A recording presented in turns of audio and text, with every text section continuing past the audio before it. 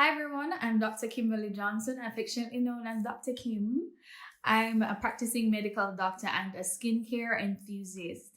In this video, I'll be looking at skin typing, how to decide what skin type you are at the time, and this will help persons to decide what skincare product should I be using for my skin type or my skin pattern at that point in time. And this becomes important because persons will say that this skincare product does not work for me. So, it's not good, but it might just be that you're using the wrong skincare products for your skin type at the time. So if you like how this sounds, please stay tuned for more. And remember to like the video, subscribe, and share it with your friends, and follow on Instagram Skin by Dr. Kim and Twitter Skin by Dr. Kim. Now, our skin is very dynamic, meaning it does not stay the same all the time, contrary to popular belief. So we might think we have oily skin and it stays that way all the time. Probably not. Our skin, as I said, is dynamic and it does go through changes. So it's better to say, instead of saying we have one skin type, we should observe our skin patterns. Now, think about it. When we're younger, our skin type may have been different from when we became teenagers, because think about what happens during our teenage years. We develop sex hormones or androgens. Remember, I spoke about that in the video on lifestyle and science of skincare. Now, the androgens will cause increase in oil production. So our skin may become oily. So our skin type had changed to become more oily. And then oily skin gives us more acne. So we get acne prone skin. So our skin type can change with our age. So in teenage years, we may end up with oily skin. When we get older, especially for women in the older postmenopausal ages, we may end up with drier skin. So our skin type changes with age. Our skin type can change with our diet. If we're having a lot of carbohydrates or carb loaded or sugar loaded diet, then our skin may be more oily, because that will contribute to, again, an increase in androgens, and so we'll have an oilier skin type. So our diet affects how our skin looks, so the skin type that we may have. Our skin type may change with the climate, the environment that we're in, medications that we're on, illnesses that we may be going through. So we may have a baseline skin type, but our skin may go through fluctuations or changes or different patterns. And it is important that we understand these patterns and change with our skin and alter the products that we're using to match what our skin is doing at those various points in time. Now, I want to talk about some of the common skin types that we know of and how you can decide where you fit in at the time. Now, the common ones that we know about are dry skin, oily skin, normal skin, and combination skin. So there's a simple test that you can do to decide where you are at the time. I know most of you already know it because there are many videos talking about it. So in this test, one, you have to ensure before you even do this test that you are, or your skin is at a neutral point.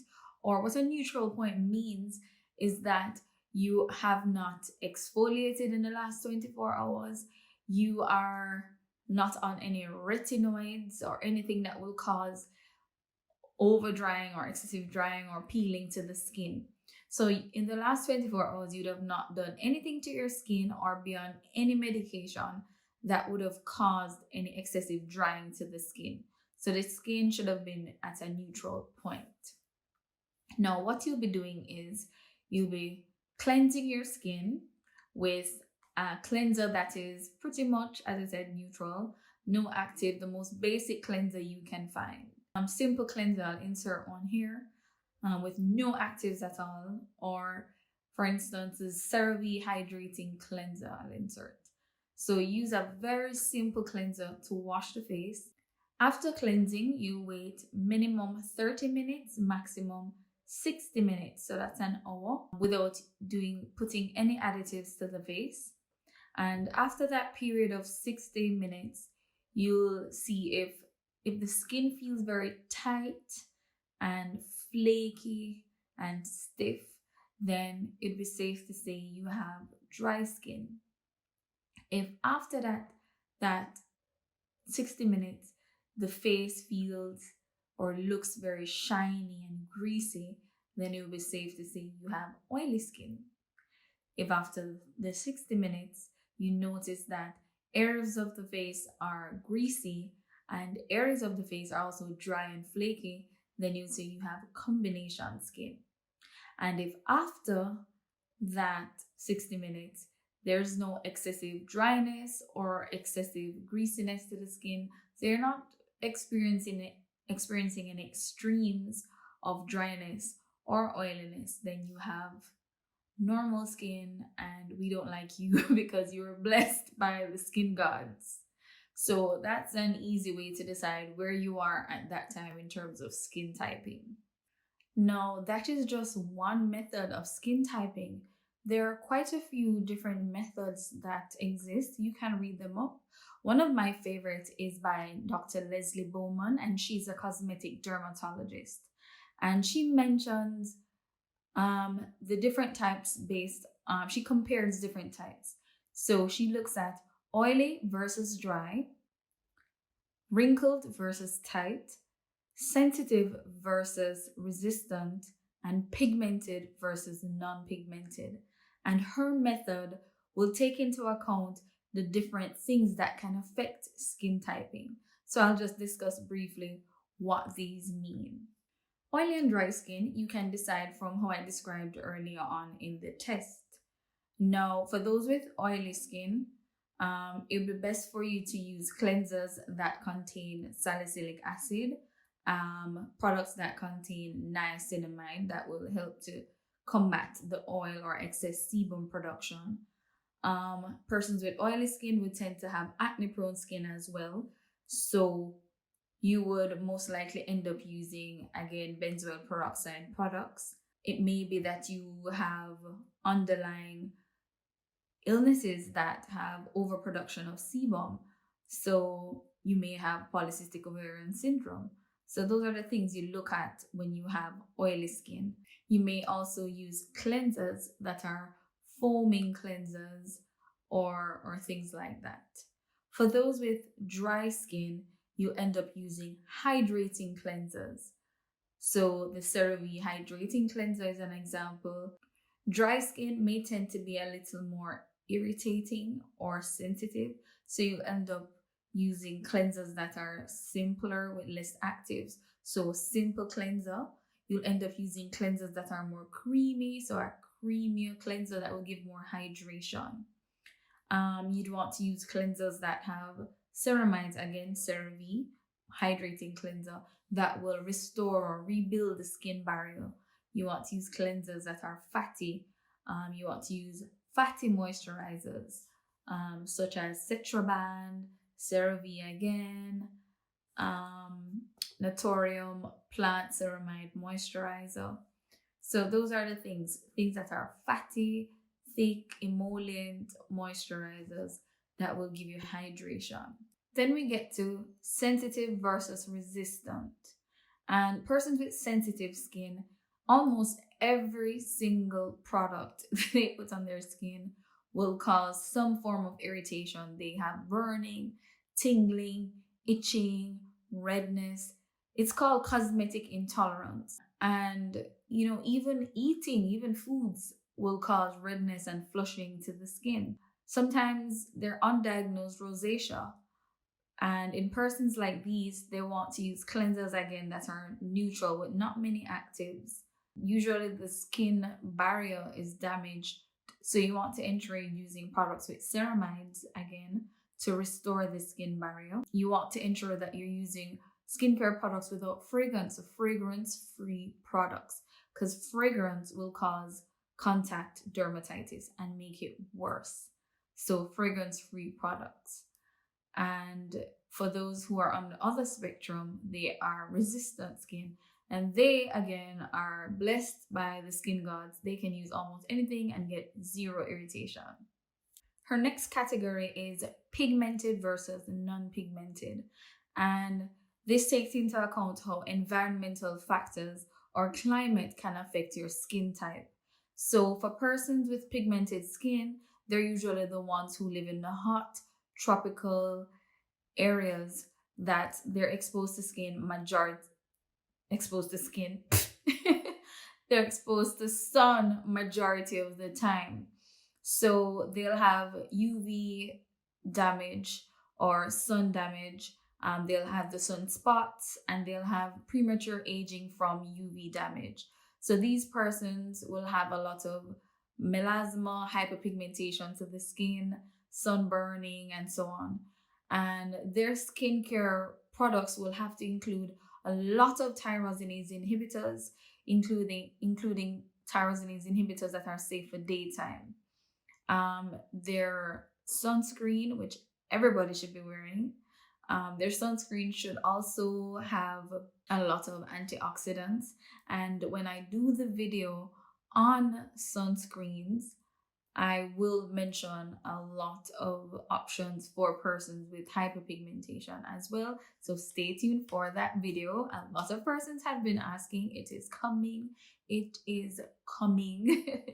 So people with pigmented skin, they will have a lot of blotches and hyperpigmented areas on the skin. So again, their skincare has to have a lot of tyrosinase inhibitors. They have to do things that will not irritate the skin, because remember, irritation leads to inflammation and inflammation leads to hyperpigmentation. So they have to always wear their sunscreen. And then the persons now with non-pigmented skin are those who live in the colder areas where they're not so much exposed to sun, so they don't suffer from the hyperpigmentation as much.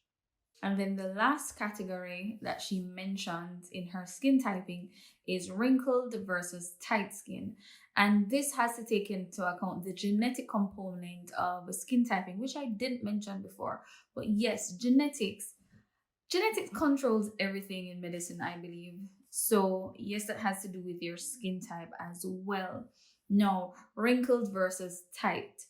What that takes into account is for persons who,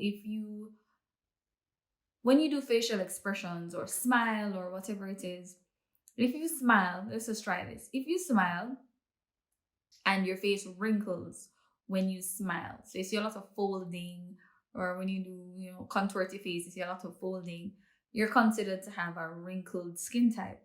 But if you smile and there's no wrinkling or folding, or then you have a tighter skin type. What does that mean? The persons who, when they smile or contort their faces, see the wrinkling in the skin, it means then that your skincare has to incorporate a lot of anti-aging products from early. So it's almost heralding that you may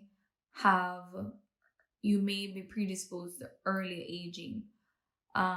Or even not just you, but when you look at maybe parents, when they smile or contort their faces, their skin wrinkles a lot. So you may say, okay, I'm prone to aging earlier, or even in yourself. However, when you smile, your skin remains tight, there's not much folding of the skin, then you can say, okay, I have a tighter skin type, may not need to incorporate anti-aging products so early. I want to make a differentiation between dry skin and what I call dehydrated skin. Now, dry skin, I want to say, is when there is a decrease in the sebum or oil being produced by the sebaceous glands.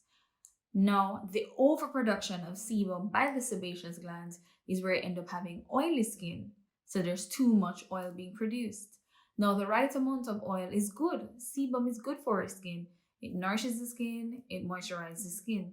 Now, if there's an underproduction of this sebum, then the skin is dry and flaky. If you're producing the right amount of sebum, but the skin still feels tight and firm and still looks, so your skin looks greasy and shine, but then it feels tight, then the skin may be dehydrated.